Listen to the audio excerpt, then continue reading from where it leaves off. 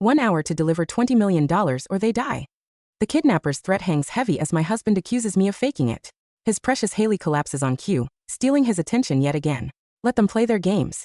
I've got lives to save. Police dismiss me. Banks freeze me out. But I'll find the money. When the dust settles, he'll realize too late. I wasn't fighting for his love, but for my freedom. The ransom's paid, but I won't be. I received a call from the abductors just as my husband's first love, Hailey Crosby, arrived at the scene. You have an hour to gather $20 million, the abductor barked at me.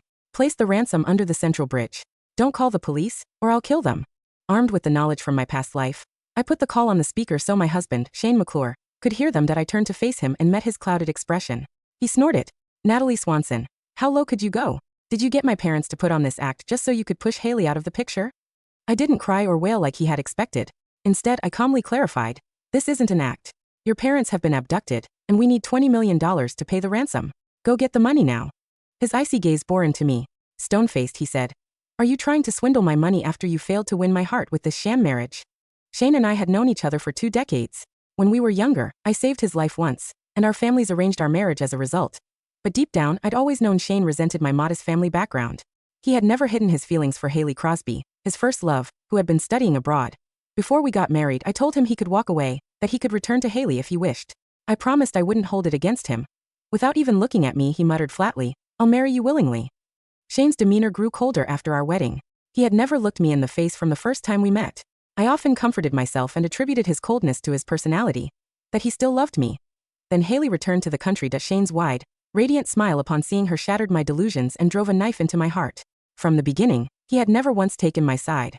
The look in my eyes frosted over, and I glared at him in utter disappointment. Keeping my composure, I said evenly, I've never thought of conning you, and I'd never resort to such a shameless tactic. Believe me or not, your parents have been abducted. I'm not putting on an act. Go to the police with me if you trust me. If not, get out of my way. I have lives to save. He seemed taken aback, maybe by my calmness, or maybe because for the first time, I showed real irritation. That I turned to leave, gently pushing Hailey out of my way. But suddenly she collapsed to the floor. That hurts. Hailey whimpered. She blinked her eyes with an innocent look as tears streamed down her cheeks. Shane, don't be angry at Nat, she said. She didn't shove me on purpose. Shane's face darkened as he rushed to her side. She was grimacing and clutching her hand. It was at that moment I realized I had suffered a cut to my hand. Shane bellowed at me, I'll kill you if anything happens to Hailey. Then, he hurriedly brought her to the hospital, leaving me behind in our spacious bedroom. Even though the abductors had warned me not to call the police, I thought it over and decided to report it anyway. I decided to leave the task to the professionals. After making the report, I headed to the police station with long, determined strides. Before I got there, my phone rang with an incoming call. I frowned at the familiar name on the screen before picking up. Ugh, came the exasperated voice of Jimmy Fletcher, Shane's cousin. As usual, his tone was full of impatience. I see you're having fun making false police reports. What did Shane ever do to you? Why are you so pathetic?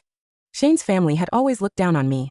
The only ones who treated me kindly were his parents, and that was why I had to save them. Keeping my voice even, I asked, Jimmy, did Shane tell you I made a false police report?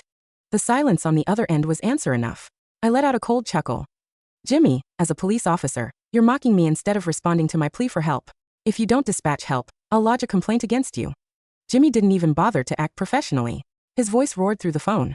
Marrying Shane doesn't make you better than anyone else. You're nothing but a small-town loser. You're like a curse to our family. If I were you, I'd have offed myself. If Hailey hadn't gone abroad, do you think Shane would have ever married you? Don't kid yourself, you pathetic woman.